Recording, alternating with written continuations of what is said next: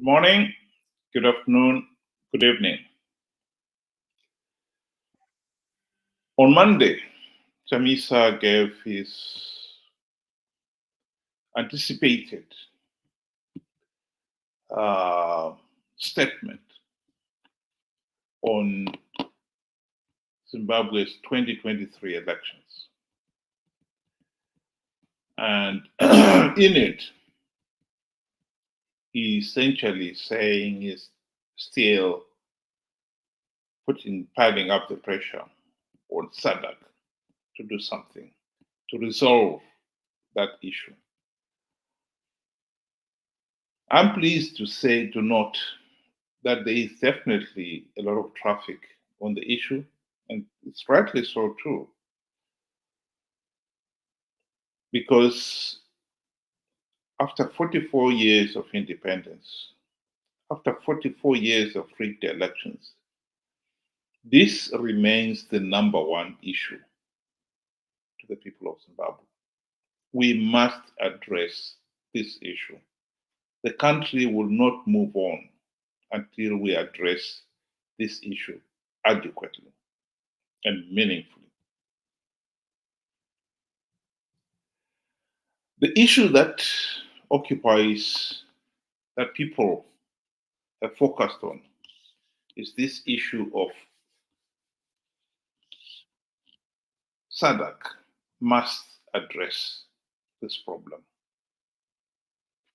I'll just play you, for those of you who maybe didn't get the opportunity to listen to the video clip. I'll just play you the beginning of it, give you a flavor of his speech, his statement.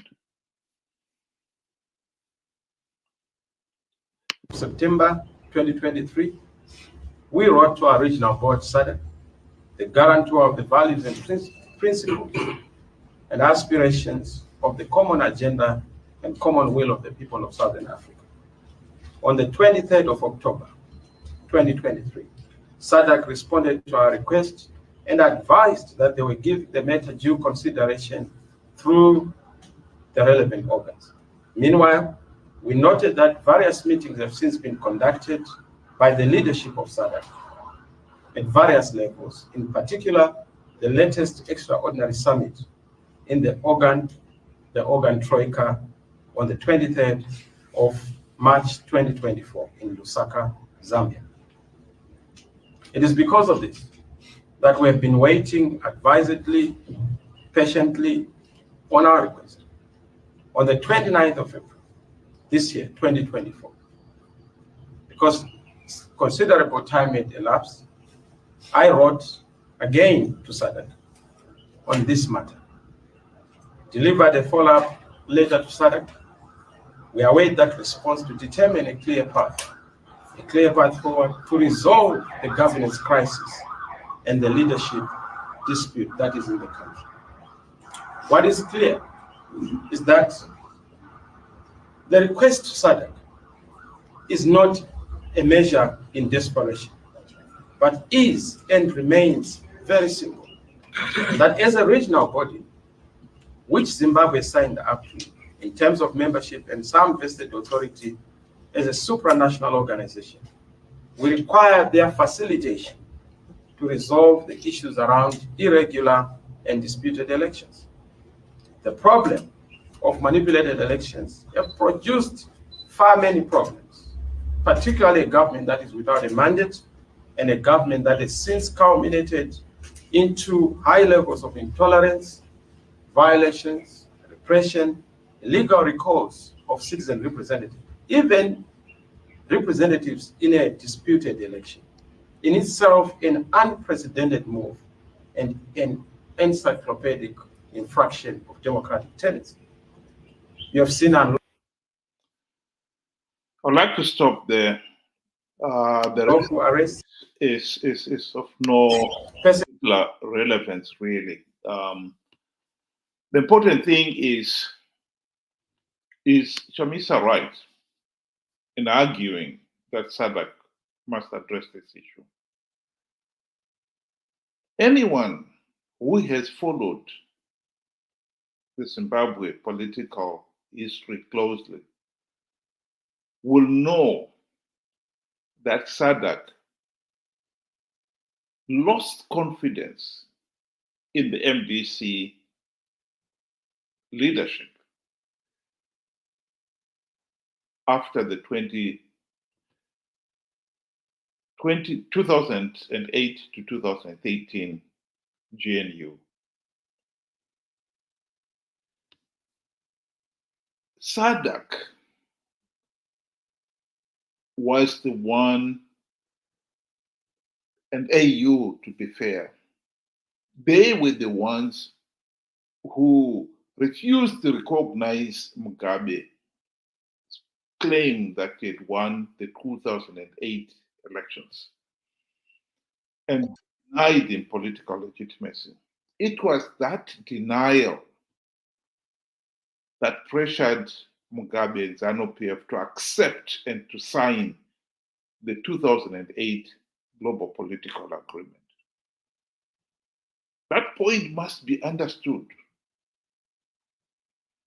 SADC signed on to that global political agreement as the guarantor. And throughout the GNU, SADC leaders did their best to nag and pressure Nelson Chamisa, Tendai Biti, Morgan Tsvangirai, Welshman Nuwe, David Coulter, to implement the democratic reforms, to follow the roadmap as laid out in the Global Political Agreement.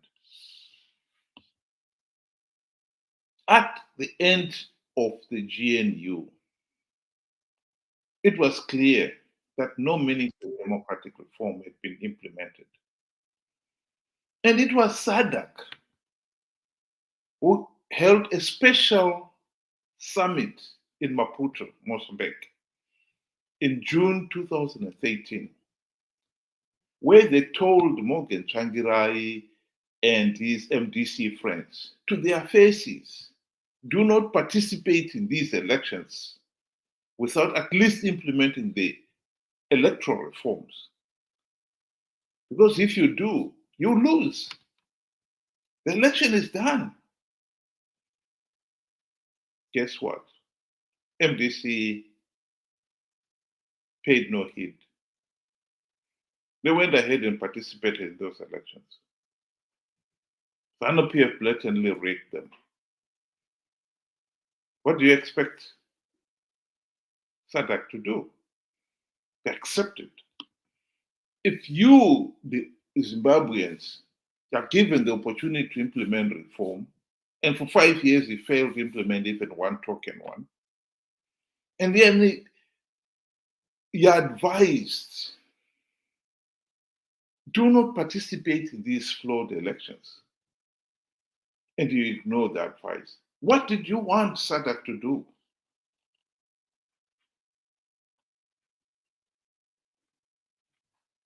At the end of the 2013 elections, SADC endorsed those results.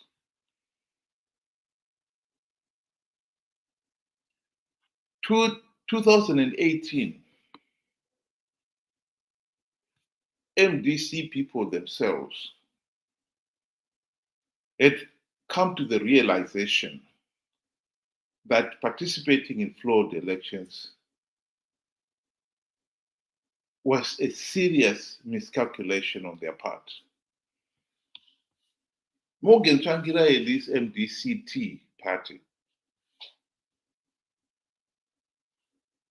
came up with a resolution in 2014 that they would not participate in future elections until reforms are implemented. No reforms, no election was the slogan. But as time went by, the greed took the better of them.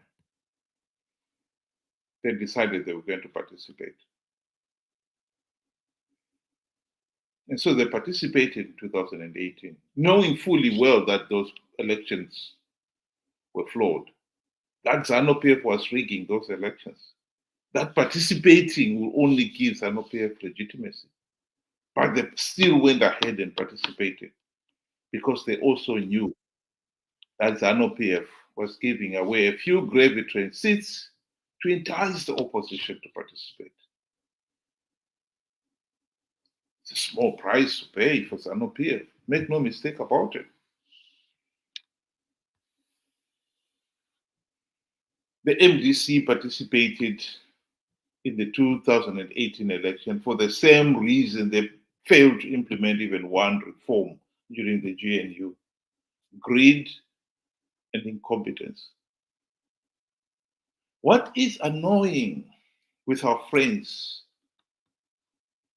is that even now, even with the benefit of hindsight, they never admitted that they sold out. They instead have turned again and again and blamed SADC. Chamisa is doing the same thing here. We all remember for the 2023 elections, Chamisa himself insisting in participating in those elections, claiming that he has plugged all the vote rigging loopholes. Triple C would win big. Where has he accepted that responsibility here? He's now turning around and saying, oh, SADC came up with a report and they condemned the elections, and we expect SADC to follow that up. Yes, SADC condemned the elections. And even with the knowledge that SADC has said those elections were flawed and illegal, Triple C leaders who had won the few gravity went ahead and took up those seats, claiming that the areas where SADC, where Triple C leaders won the elections, those were liberated zones. The people of Zimbabwe here must resolve this issue. Zimbabwe's failure to implement reforms cannot be blamed on SADC. Chamisa and company's participation in flawed elections to give Zanu PF legitimacy out of greed cannot be blamed on SADC. To keep on turning around whenever things go wrong to blame somebody else has become the norm, the political norm in Zimbabwe. We are all familiar with Zanu PF, how Zanu PF has blamed Zimbabwe's economic meltdown on sanctions. And yet the truth is corruption and gross mismanagement are the real cause. And unfortunately, Zimbabweans, we have fallen into that trap where we always look for scapegoats.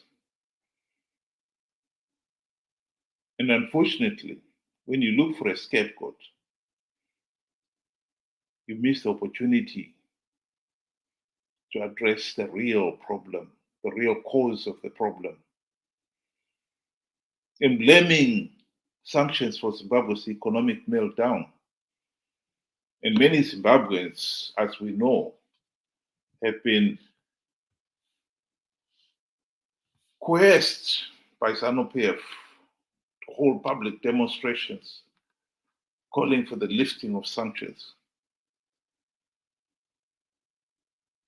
Even if one accepts that sanctions are a serious problem, you cannot deny that corruption and mismanagement is also a very serious problem.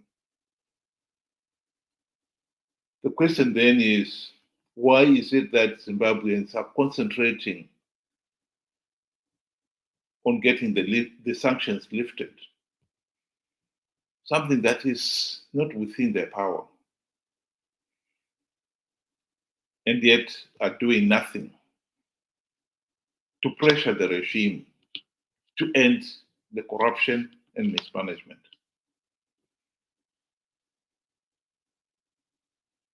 Some Zimbabweans have fallen into the similar trap here. They've joined with Chamisa, calling on SADC. They must do something about this problem of rigged elections, disputed elections. And yet, the same people have said nothing or very little to hold Chamisa and company to account for failing to implement the democratic reforms when they had the golden chance to do so. They failed to hold Chamisa to account for lying that he had plugged all the vote-rigging loopholes for the purposes of conning his followers to participate in the elections to give Zanu PF legitimacy. They failed to hold Chamisa to account. Why did opposition CCC leaders accept the gravy train seats, even after SADC and the AU had condemned the election as flawed? Chamisa himself, in this speech, he later on claims that he got nearly 2 million votes. As much as he condemns the process as flawed, he wants us to accept that the 2 million votes that were allocated to him are perfectly legal. But the over 2 million that were allocated to his rival by the same ZEC, those must be forged. There was no verified voters roll. So in this case here, we don't know who those 2 millions are. As much as Zanu PF wanted the opposite CCC, some of the CCC leaders to win some of the seats, this is where this honeypot trap is. Let the opposition win some seats, entice them to participate. Mnangagwa is not concerned that he only won by 52% of the vote. Particularly if you know that if you didn't rig the elections, you would have lost. You're just interested in winning. Winning by a big margin, particularly when you're rigging, will only expose the rigging. So why not? Win by a small margin. And so in this presidential vote, Mnangagwa was interested in making sure that he wins the first round by 50% plus 1. But to make it more comfortable, 52% is perfect. So the 44% that went to Chamisa is meant to give the impression that the process was a contestation. And now Chamisa is claiming that that 44% is the genuine result. We cannot have this cycle where election results are to be judged from the result. Election processes must be judged from the result, backwards. You work backwards. Those are areas where the opposition won, the elections are free. Where they lost, they were rigged. This is utter nonsense. And I think SADC and the AU's reports were the right ones. The process, the electoral process in Zimbabwe last year was so flawed and illegal. They did not bother to look at the results. The process itself is so flawed that the result is meaningless. And yet our friends want to keep on insisting that the results where they won, they are okay. No, they are not okay. The last important point I would like to make here is that Zimbabwe's disputed elections, case of rigged elections, will only be fixed by implementing the democratic reforms.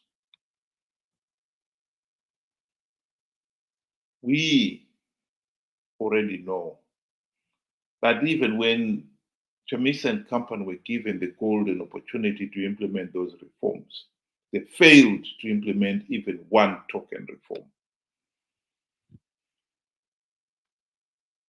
I think the idea that they will somehow win rigged elections is, to say the least, naive.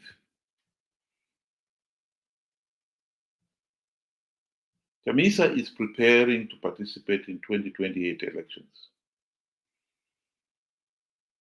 And his basis for participation would be he has got strategies of winning rigged elections. We should make it very clear here and now, we do not want rigged elections.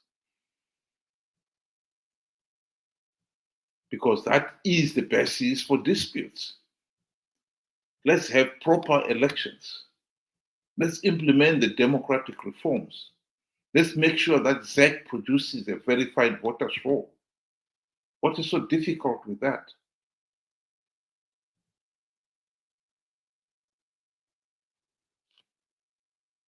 The issue of making sure reforms are implemented, and no elections are held without the reforms being implemented first, is a Zimbabwean issue. We should not look to SADC, much less blame them for our participation in flawed elections. If we participate in flawed elections, then we must take the consequences. And the prospect of yet another rigged election in 2028 beggars belief. Absolutely unforgivable. There is absolutely no excuse why we should have another rigged election. But we will if we participate in those elections without reforms. And people like Chamisa will be telling us they have come up with yet more strategies of winning rigged elections. If we are gullible enough to believe that, then we deserve to suffer. So this whole speech and this whole agenda that Chamisa has set for himself and the nation, that they must keep on hammering at SADC's door to resolve this issue, is a nonsensical issue. The blame for participating in those flawed elections should be laid at Chamisa and company's door.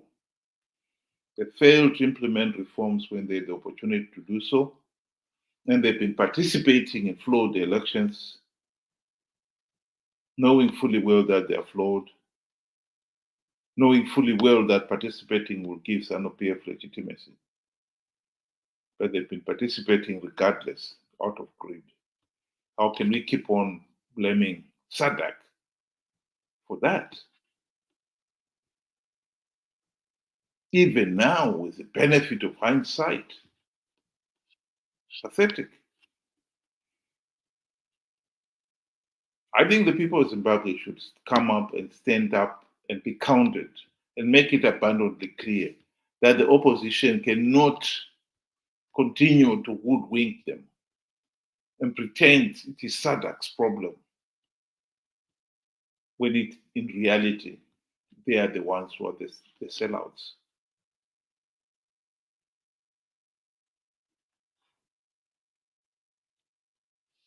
This issue of making sure 2028 elections are free, fair, and credible is the number one issue in Zimbabwe.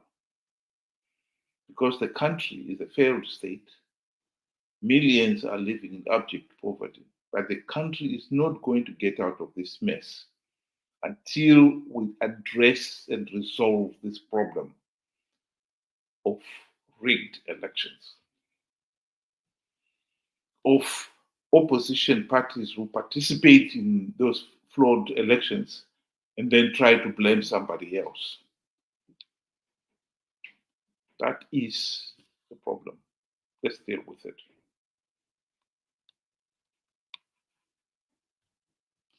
Thank you very much for joining me tonight, and have a good day.